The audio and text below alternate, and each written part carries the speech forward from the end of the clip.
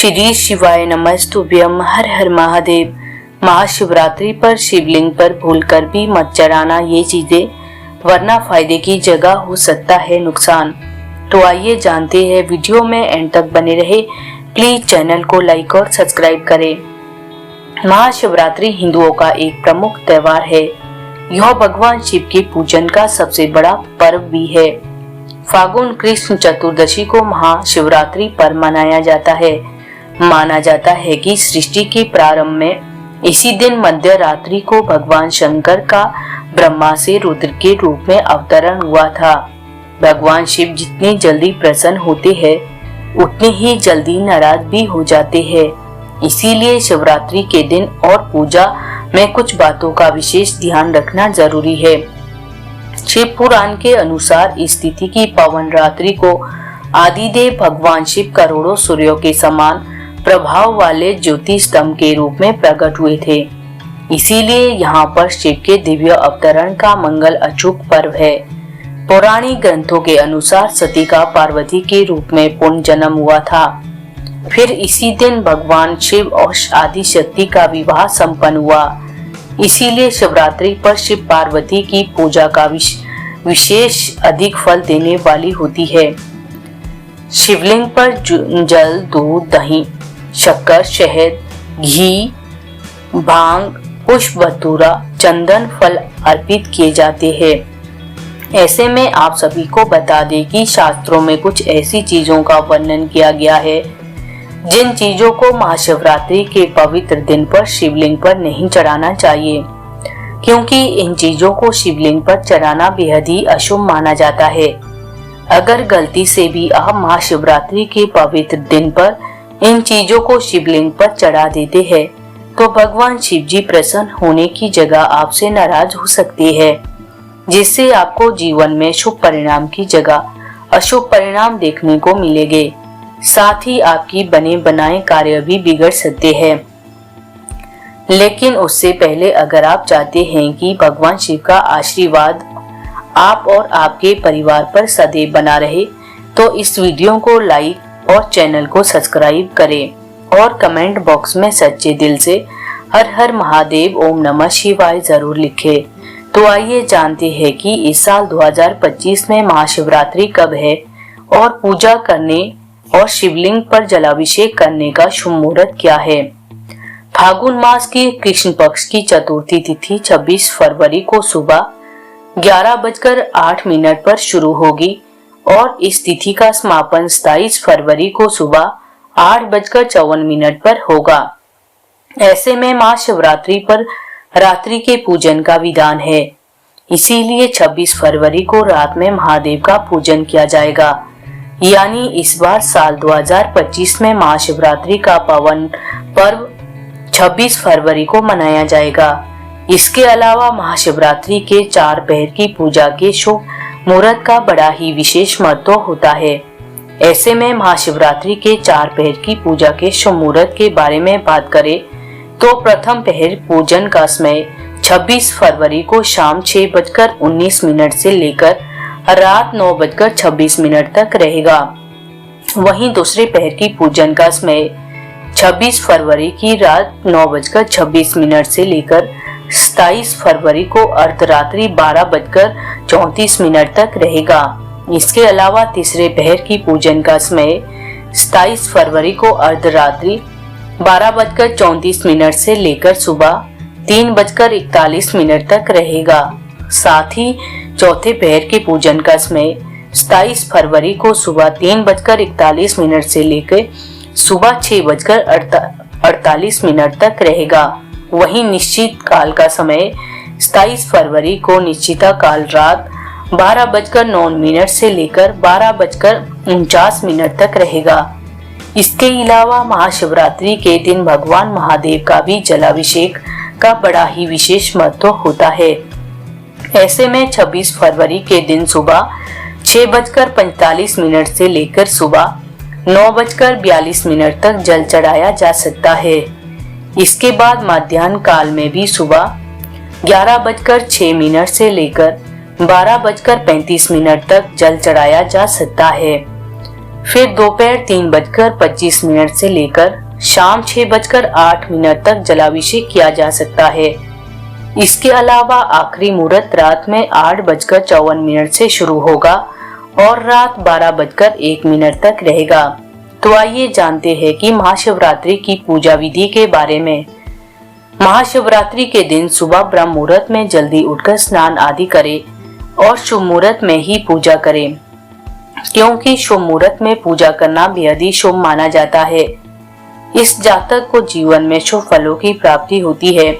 साथ ही महाशिवरात्रि के दिन रात्रि के चारों पहरों में भी पूजा की जाती है, लेकिन निश्चितता मुहूर्त में पूजा करना सबसे शुभ माना जाता है।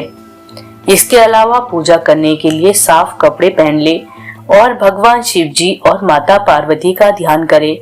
फिर आसन लेकर बैठ जाए। उसके बाद एक साथ स्थान पर चौकी रखे और पीले रंग का कपड़ा बिछा दे।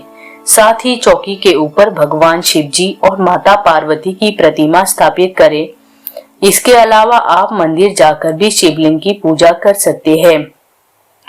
इसके लिए सबसे पहले शिवलिंग पर गंगा जल, कच्चे दूध, गन्ने का रस, दही आदि से अभिषेक करें। फिर घी का दीपक जलाकर विधि विधान से भगवान शिव जी और माता पार्वती का पूजन करें। इसके बाद भगवान शिव जी को चंदन का टीका लगाए और उन्हें बेलपत्र, भांग, धतूरा, फूल, मिष्ठान आदि सभी सामग्रियां अर्पित करें। साथ ही माता पार्वती को भी सिंदूर लगाए और उनका पूजन करें। पार्वती जी को सुहाग का सामान भी अर्पित करें।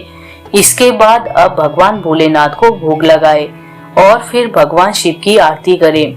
साथ ही महाशिवरात्रि के इस पवित्र दिन पर श्रद्धा पूर्वक विधि विधान से भगवान शिव जी के प्रिय मित्रों का जप भी कर सकते हैं। तो आइए जानते हैं कि महाशिवरात्रि के दिन भगवान शिवलिंग पर कौन सी चीजें भूलकर भी नहीं चढ़ानी चाहिए। नंबर 1, शिवलिंग पर जल, दूध, दही कैसे अभिषेक करने की परंपरा है, लेकिन शिवलिंग पर तेल चढ़ाना वर्जित माना जाता है। इसका मुख्य कारण है कि भगवान शिव को शुद्धता और सात्विकता का प्रतीक माना जाता है, जबकि तेल तामसिक और भारी ऊर्जा का प्रतीक है। साथ ही तेल का प्रयोग विशेष रूप से भगवान शनिदेव और भगवान हनुमान जी की पूजा में किया जाता है, क्योंकि यह नकारात्मक ऊर्जा को दूर करने में सहायक होता है। ऐसे में महाशिवरात्रि पर शिवलिंग पर तेल चढ़ाने से पूजा का प्रभाव कमजोर हो सकता है और आप भगवान शिव जी की कृपा से भी वंचित रह सकते हैं, जिससे आपको जीवन में शुभ परिणाम की जगह अशुभ परिणाम देखने को मिल सकते हैं और आपके जीवन में नकारात्मक ऊर्जा का संचार हो सकता है। नंबर 2, तुलसी के पत्ते। पौराणिक मान्यता के अनुसार भगवान शिव ने देवी तुलसी के पति असुर जालंधर का वध किया था। इसीलिए उन्होंने स्वयं भगवान शिव को अपनी अलौकिक और दैवीय गुणों वाले पत्तों से वंचित कर दिया। भगवान विष्णु की उपासना तुलसी दल के बिना पूर्ण नहीं होती, परंतु भगवान शिव की पूजा में तुलसी दल का प्रयोग वर्जित माना गया है। दूसरा, भगवान विष्णु ने तुलसी को अपनी पत्नी के रूप में स्वीकार किया है, इसीलिए भी शिवलिंग पर तुलसी नहीं चढ़ानी चाहिए। नंबर 3, तिल।